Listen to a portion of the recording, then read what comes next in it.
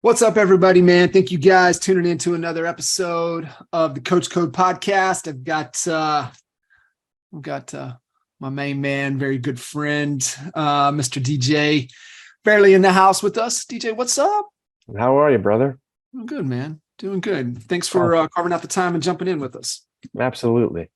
Pleasure. Man, let's jump right in. So real estate is, for some people, kind of an interesting time and a little interesting transition. And you guys have been a little bit of the, for me at least, the poster childs of, doing the right things, focused on the right things, and, really not paying attention to any of the noise that's going on in the industry. And it's just kind of a favorite little saying is, you guys are writing your own headlines and not really paying attention to all the other nonsense and noise. Now, we're not ignorant or being, in a way to just avoid the variables and the indicators and, what's going on in the marketplace. But we are, focused on the things within our control. And so, man, I would love for you to kind of jump in and, talk about where things are at for you guys in the real estate space. I know we're in, the Pittsburgh market. How is the market compared to rest of kind of the country for what you've been paying attention to? I mean, I feel for us, we're still on fire. I mean, it's still, we have very low supply. Actually recently the lowest it's been in about 3 years, right? Demand overall is still high, so even with these interest rate increases, I look at people in groups. I feel like post-COVID, there was that mad dash to, we kind of all got stir crazy, right? It's either you were happy where you were at, or you realized like, I need a bigger house or a different house or whatnot. So you had a big group of buyers, let's say, that just all bought in a big wave. And then as rates began to increase, you have other folks that I think were waiting, just saying, hey, it's just too competitive right now. They didn't want to get into the multiple offer bid situation. But, the groups right now that are still buying, like, first of all, the folks that are still selling still see an opportunity to garner top dollar right now. We've been seeing more relocation happening, which for them, then there's that, we always say motivation's everything, right? So what's the key motivation why you're selling and why you're buying? And, all those life reasons don't stop regardless of a market, right? Marriage, children, relocation, divorce. It's just those life reasons don't stop. But we're fortunate, I feel like, in our market where, our average price point still around that $250K range, give or take. We are getting a pretty decent house, so we're still affordable. But yeah, I mean, it's been harder. I'm not going to lie about that. Like, I feel like, and this kind of goes into probably deeper, but like, we're doubling down on the work. You always say it's really, an effort metric. So right now, I'd say effort is at an all-time high for the whole team, which is what I'm most proud of. Like, the whole team's kind of rallying around and putting in the work, the daily work, which is allowing us to continue to be successful. So where did you kind of latch onto that and kind of tie into that belief yourself? And then how are you getting the team to buy into that? That's a great question. So I got to start by saying it's a culmination of everything that we've probably been doing, let's say, for the last 3-4 years, right? So it starts with, first and foremost, who you're surrounded by, right? Your environment and your mentors and who you have. It's so important, right? So when I look at the evolution of where we were and where we're at and why, first of all, with our decision to go to EXP Realty and be surrounded by you, Jay, Mike, Al, right? So being around just some of the top, real estate professionals in the country, and then been coaching with you for 3 years. Our last kind of recent evolution was we joined partnership with Place here in February, with Ben Kinney and Chris Suarez's group. And, all the things you've been coaching us, teaching us over all these years, more or less, they're reminders from them, right? It's the same, the same daily focuses, the habits, and for them, they really put a big focus on having real estate conversations, on the prospecting end, and really, kind of the prey drive that we kind of heard from Coach Burt a little bit is just that daily kind of reminder. So we started doing some daily power ups, many months ago, like 8:30, everyone's on the call, getting our day started the right way. Usually have kind of some mini coaching there, but it's just, look at it this way. I look at things, I was an athlete, my whole life. So I look at like you got your pregame, your game, and your postgame. A lot of us ignore that pregame, right? So when you look at real estate as a career and truly like any other job, you got to get your mind right. And that starts with a lot of the things you've coached us on is how you start your day, right? And what you're feeding your brain, more importantly than anything. Mindset's critical. So being in that positive mindset. So that power up is our pregame. Then for our game, what do we need to do to be successful? And I think I mentioned to you that I was listening to Brendan Bouchard talk recently, and he kind of reiterated it to, what you've always told us is it's a math game and it's simple. Like, don't overcomplicate it. And what does that mean? Real estate conversations and meeting with people about real estate, whether that's a buyer consultation, showing properties, or listing presentations. That's really what it boils down to. All the rest of it, there's a lot of noise, right? And we can easily get caught up, let's say in me, for example. I post on social media. For those who follow me, I'm pretty straightforward and simple. It's something that gets me excited. Like, you share a lot of motivational things with me. I got my little boy who I love more than anything, and my team, right? So I'm pretty much across the board. That's right. But if I go down this path of being a social media guru tomorrow and think that's going to be the source of my success or income, it's just not, right? So and that's what Brendan mentioned. He's like, for me, that is my content, what I need to produce every day. For us as agents, we need to not chase all the shiny objects and stick to the foundational things, which again are real estate conversations. So, to summarize, everyone on the team is making the calls daily.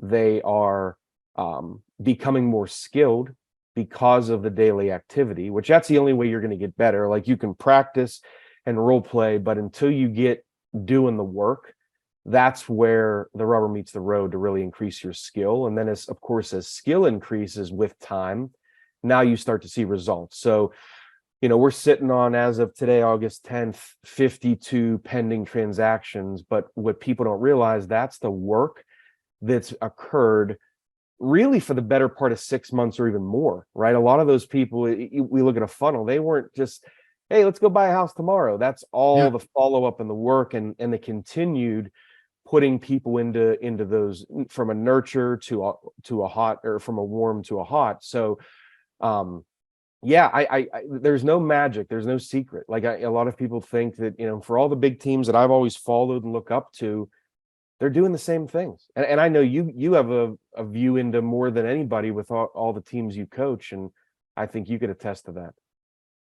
The biggest thing, and a couple things with, you look at from a team dynamic, right? And you look at, okay, the forefront, the leaders, yourself, Matt, right? Hey, okay, we're getting our mind right. We know kind of where we have to focus on. We know the things within our control, and we know that ignition every day. However, where a lot of teams struggle is to transfer it to their agents, to get their other team members just as excited to be able to jump in and do the same thing. So, how are you guys having tremendous success? Because, 50 plus transactions pending doesn't happen with two people, right? It takes an organization to be able to do that. And, give some context. I mean, what is the current team size right now? So we're just, I think we're at 21. We brought on 7 more to the organization this year, and trying to, of course, even double that. Like, goal size being two a month is what me and Matt were talking about yesterday. But the biggest thing, I think, John, what I'm most proud of and happy about, we have the right people, right? So we have, our culture right now is rock solid. We have everybody. What is the right people? So to me, it's culture first. Right? Like, when I look at who I want on our team, do they fit our morals, our beliefs? To make it simple, are they just good people? Right? we sometimes overlook that, or because I need everybody in the boat rowing in the same direction.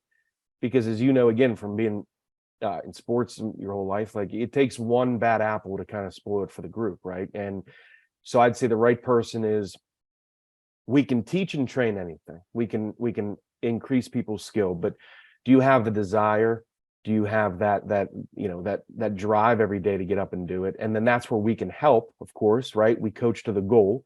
So if you want to do 10, 20 transactions, here's that path or a plan.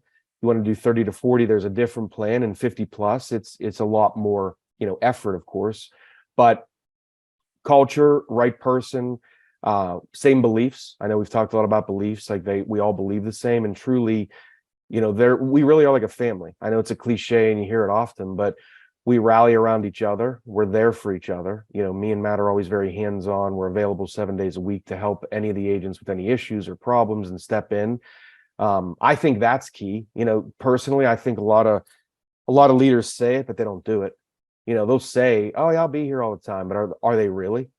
So I'm happy to say that we are, and I think that gives the agents confidence and reassurance, right? Because if you think about it, like to also be great, yeah, you got to be skilled, but what do you really need? Confidence. Buyers and sellers are looking for the confident agent to represent them. If you lack confidence, you're kind of dead in the water, right? Mm-hmm. So I feel like our team is able to provide them that confidence. And then, of course, with their wins, now they really feel it. Now it's like, hey, everything we were told and said would happen is happening. So then from there, to me, then you pour gasoline on it. Like, this is the time that there's no slowdown whatsoever. This is because everything we do now is going to really, think about it, not just how we end. This is first quarter next year.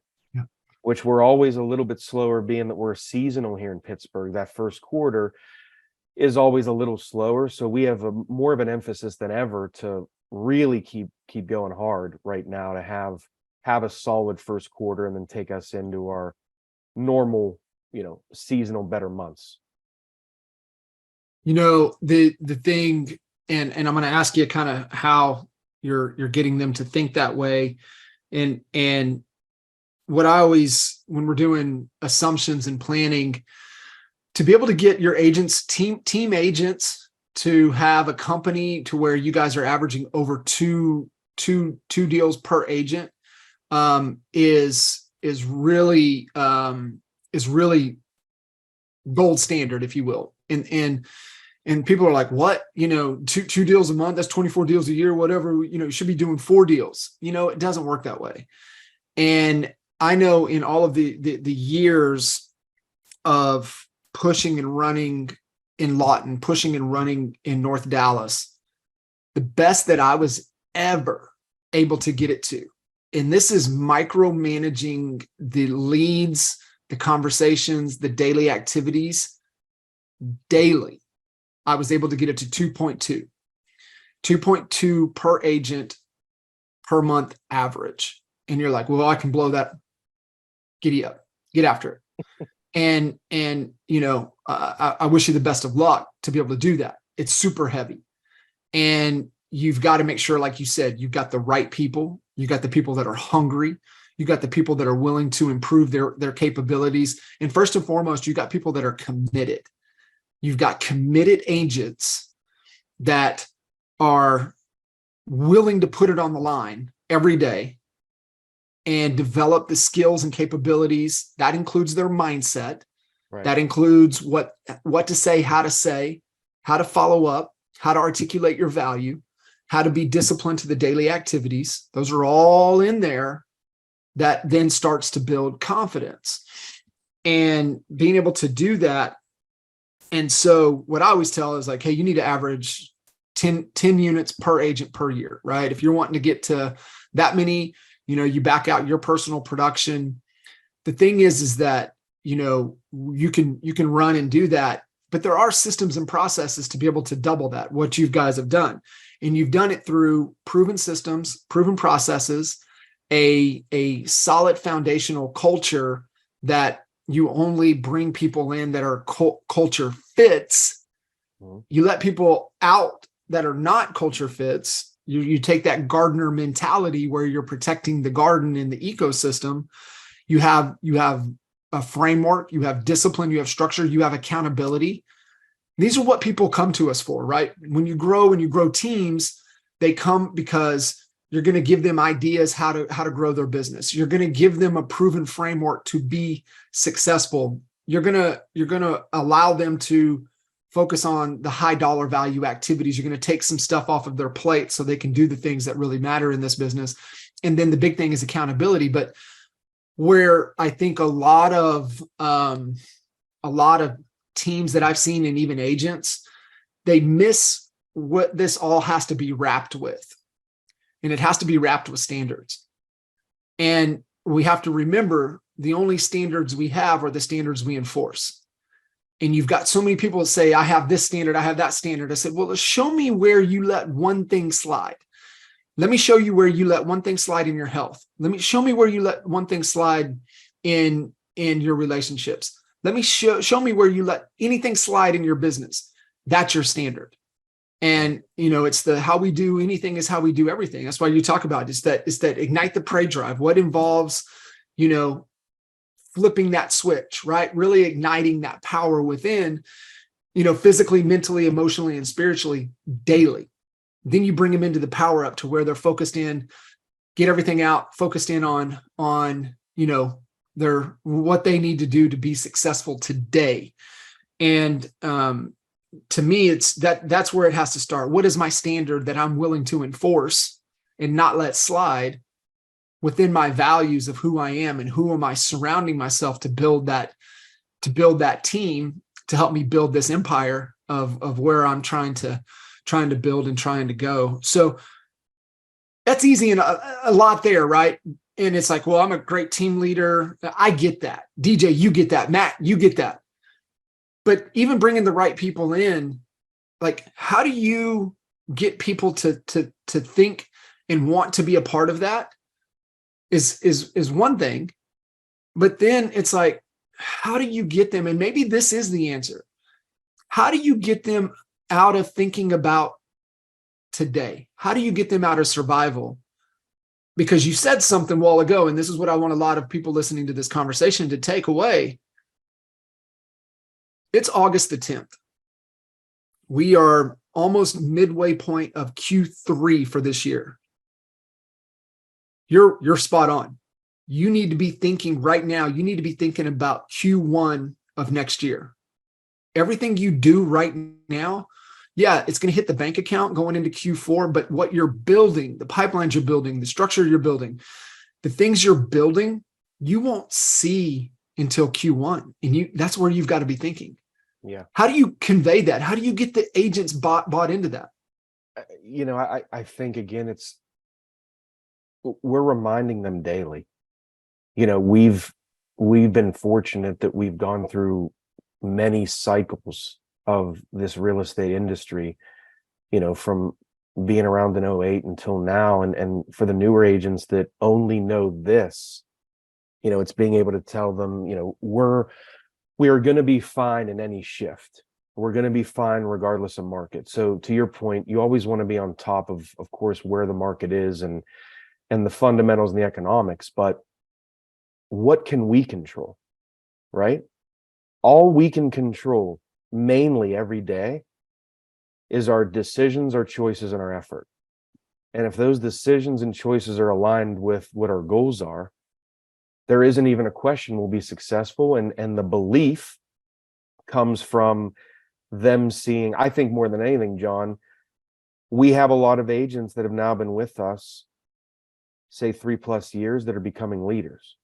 And their leadership and them winning on a daily basis, like they're singing the same song that, Matt and I are. And then when the younger agents see them, I think sometimes it's more valuable to them when they see, like Pete, he's really risen tremendously. And if you ask him why, and this is pretty phenomenal, he sent Matt every day, I want to say for 8 or 9 months, every day, an accountability email at the end of the day about how many calls he made, how many contacts he made, how many nurtures, how many appointments, for 9 months every day. And that's he has been so consistent on that. And I think this month he has 9 pending. So of the 52, 9 are his, which is his best month ever. So, to your point, it's all the work and effort. It's again, I keep going to sports, but it's like we watch on Sundays the game.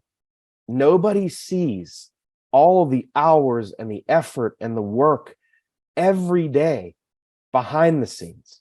You don't really get a glimpse into that as much, right? Like, I'm a Pittsburgh guy, so I just took my little boy to see, the Steelers practice. You see TJ Watt, last year he's out for the season with a torn pec, and he's our stud, one of the best in the whole NFL. He looks unreal, right? Why? He has been training every day since the injury. And then, so you see him on social, he's running around the golf course doing one-on-ones with his brother who's retired. It's like, that's hours and hours and hours, right? So nobody sees how much effort is in the back end. And again, it doesn't have to be, this crazy amount of time. It's the consistency. Yeah. So like we're striving right now for brand new agents, we're trying minimum 50 calls, minimum, right? The goal is probably closer to 100. And how much time does, let's say, 100 calls take? Probably about an hour, maybe a little more. And then where should your other time be focused? Follow up, right? Talking to your hot, your warm, your nurtures, your sphere of influence, right?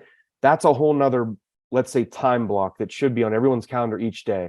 Lastly, the appointment. Yeah. And then all the other time in the day, I know we've learned a ton from you on the calendar and the Sunday planning exercise. Of course, you have your personal in there, your health, your family, and then those are your work levers, we'll call them, right? But they should all be what is making the cash register ring, what's helping clients, and it's those items. Like all the other stuff, yeah, it's important, but that's where we have help. We have Chelsea, we have other people, like she's unbelievable with transaction management, other things, but we all get caught in the weeds of the minutia. And here's the biggest thing I'll say. For those who are starting to call, there's always that fear. Sitting next to them making the calls, like you see it all the time. Research, right? Say you have a good call. You'll stop calling, spend 20 minutes updating notes and doing this, and you're happy. And then that 20 minutes, if I've just seen people just make the 100 calls, then take the notes quickly then have like a follow-up session afterward, you're triple, quadruple, maybe even more than that what the other person talked to. So I think it's just when you're in those blocks, staying hyper focused on task, right? Yeah, I mean it is, right, like you said, and focus. But I think for me, without that time to reflect and plan to get clear on where I should focus, where I must, not should or need, but where I must focus in order for me to move closer to my, the destination, right? Closer to that perfect day, closer to the freedom that we're all in pursuit of. And I think that the sooner that people can truly understand what their business is intended for, the sooner that they're able to make better decisions in moving them on that path. And, most people think, hey, the goal of business is to acquire a client. Hey, the goal of business is to, make a profit. Those things are important, but the real goal is freedom. And the sooner that you can realize that what you're in pursuit of every day, right? What you're sharpening yourself for every day, what you're, leading yourself, what are you leading others? You're leading others to lead others. It's for freedom. And the sooner that I believe you can realize that, then it allows you to make better decisions. And one of the things that I know teams are struggling with right now, and even individuals, is they're struggling with profitability. And the reason that I believe that they are struggling with profitability is that they don't have visibility into their business. They don't have the systems and processes required to build an engine that provides the oxygen, which is cash, to build to get the machine moving so they can get on their way to freedom. But you guys have, creating some of those decisions as we know what we're trying to be in pursuit of. Tell me a little bit about, the decision, one, to go from where you guys were to EXP, to plug into the future of real estate platform, the platform models. And there's been a few popping up ever since, but also then the decision to align with place, right? Sure. Like talk through the decisions of what you and, Matt went through 4 or 5 years ago to get to this point. I think it's really important for people to understand that it's just not out on a whim. You guys have, hey, we're really thinking this through to make decisions that's best for, for you, for him, for your families, for the team, for the community, for the future, for our freedom. Kind of talk through a little bit how that whole decision-making process went down for the two of you. Sure. So when it was just Matt and I really, and Jen Cloherty was our first kind of hire, we were just feeling overwhelmed of chasing deals 7 days a week. And you said something really important, the goal being freedom. So that's the ultimate goal, right? For me, this is what I tell myself every day. And I tell the agents, because when you're afraid, you're afraid because you potentially lack, say the skills, right? So that's the fear. How do you overcome that? At least for me, immediately. I do this every day to help as many people as I can. And I believe that I am one of the best to do that. And if I feel like if I can't help them, I don't want them with somebody who may give them less help or not the right help. So that creates confidence for me, right? My belief to help, which ultimately leads, the more people I help, the closer I get to my ultimate goal, which is freedom, right? So really quickly, when it was Matt and I, we definitely wanted to have a family, and me having a boy, now Matt having 2 kids, we could not sustain that weekly hours and keep everything together and feel like we're going to be good fathers, good to our spouses, etc. It's not possible, right? You can't do everything at 100%, right? There, like I know you've said before, like there's really, to me, no such thing as this perfect balance. There's seasons in life, and you got to really pay attention to what you want to focus on. So for us, it was a quick decision where we knew we needed help. So we grew the team out of necessity. And then by growing the team, being at a smaller, privately owned brokerage, when we were coaching, and ironically, it's kind of crazy to think of this path. Cliff Freeman was one of our coaches. He was under Lars at the time and was talking to us very early on about EXP Realty. And I really wish I would have paid more attention then. But, after you hear something enough times from the right people, again, it's who was saying it that mattered. So Cliff had done very well in the industry, great coach, well known.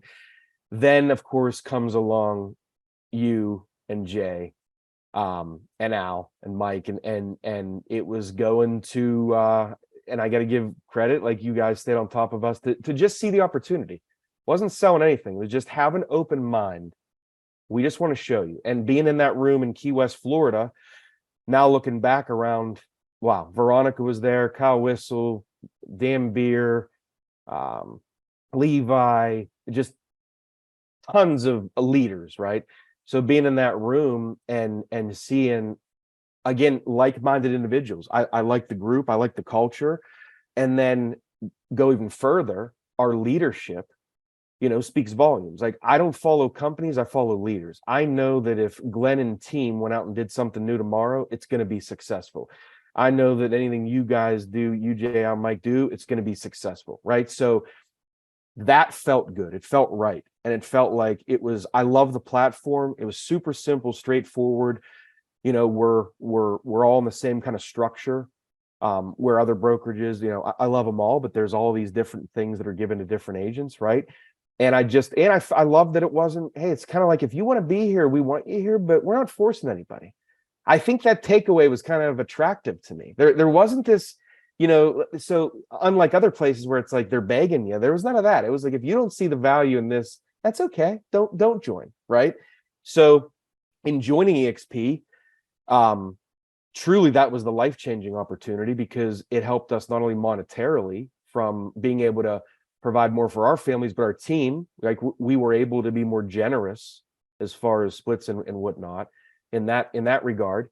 Then as we looked more recently, now we're in December of last year, we've had success, we have growth, but we almost felt like we plateaued.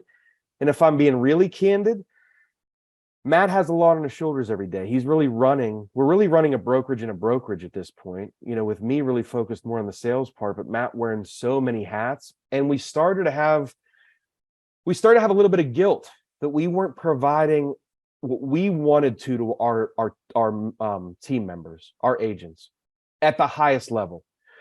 So Ramon Cautious, who is an fellow EXP agent, had reached out to Matt, said, I really think you should just take a look and listen to this place opportunity. At first, I was very confused about, what it was, but the decision was really, we want to scale and grow, and we want to help as many people as possible. And how do we now get to 50 agents, 100, 200, right? And being able to do much bigger numbers and truly scale. It aligns so perfectly with EXP's business model, because EXP wants to help as many clients and agents as possible too. And I say again, people, I don't think we would be here. Ramon trusted him a lot, but Ben and Chris, great human beings first and foremost. And I don't take that lightly. I'm 43, right? I could get sold when I was in my 20s just by someone selling me a line. I look at who the person is, what their beliefs are, and do I want to be attached and aligned to that? And they checked every box. And then it was the same thing. They're like, we are business partners together. We value this partnership, and we hope you feel the same way. And, since joining them now officially in February, you mentioned profitability. Our profit is much higher. So from where we were to where we're at now, why? You say it perfect. You got to measure and look at why you're not profitable. So we have monthly meetings as far as expenses. Here's a big one. We've done it. We've all done it. We've spent tons of money on Zillow and Realtor and all these leads. There's gold in all these databases. Mm-hmm. Most of our business now is coming from our own database. Who was a hand raiser 6 months ago that said, I'm just browsing on Zillow, just looking on a Friday night after I drank a couple glasses of wine randomly. Well, they're looking for a reason. I don't walk around car lots just to walk around. If I'm walking, I'm probably going to buy a car soon. So if somebody just stays on top of me, I'm going to buy, right? So being focused on that database and knowing there's gold in there, mm-hmm. This now leads to, okay, what are the daily activities? And why are those the best leads? Highest profitability. A lot of those are, kind of the Facebook type thing that Mr. Kinder's doing, as far as the leads and the click. So with those type of, we'll call them funnel type leads, they're lower cost, but there's a lot of them. And a lot of those people, believe it or not, those are all the people that are going to Zillow and Realtor later, right? I mean, last year, I think there was just a stat that came out. What'd they sell? 10 times the leads that were actually, it was like they sold 400 million leads or something, and like 4 million homes were sold. It's like they're selling the same leads over and over and over, right? So I think it's just that focus and understanding. But again, we wouldn't be here, I believe this, if we hadn't surrounded ourselves with the right people, which started with EXP, and now this next partnership with Place. This is where we see now combined together the growth in the future that I am extremely confident, because it's not just Matt and I. And we now have platforms and even more that we can provide our agents in terms of trainings and university and things like that they provide. So value, being able to add value, wanting to solve more problems. And you mentioned something in there, not feeling like we're able to give and pour in and give more back to the agents. And the reason is that there's just no profitability there. And what happens when you give, the agents, 70, 75, 80, 85, 90% of their commission, you just have no dollars to be able to reinvest back into profitability. You don't have any dollars to reinvest back into support. You don't have any dollars to reinvest back into marketing, either helping them acquire new opportunities, keep the opportunities they have, helping them build their brand, create brand awareness. You don't have any dollars to invest back into any type of infrastructure. You just the dollars aren't there.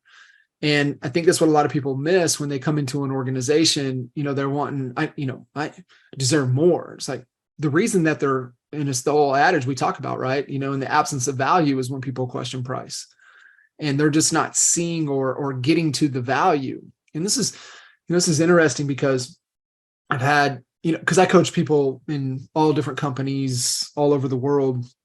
And, when they move companies, it's all the same value, right? Like everybody has the value. And even on these platform models that we starting to see some agents and teams bounce from, they're not getting to the value that they're looking for. And so a lot of it, they align with people. It's like you said, like you look at people first, and it's the whole thing, right? There are no business problems, it's just leadership problems. Yep. Even if you get into a failing company, the company's failing because it's poor leadership. Exactly.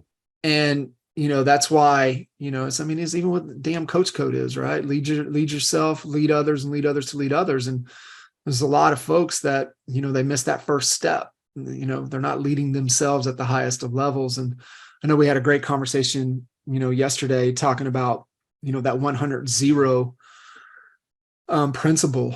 And it really is around, action plus relationships equals results. That's 100-0. And it's always internal. And you go into relationships to give.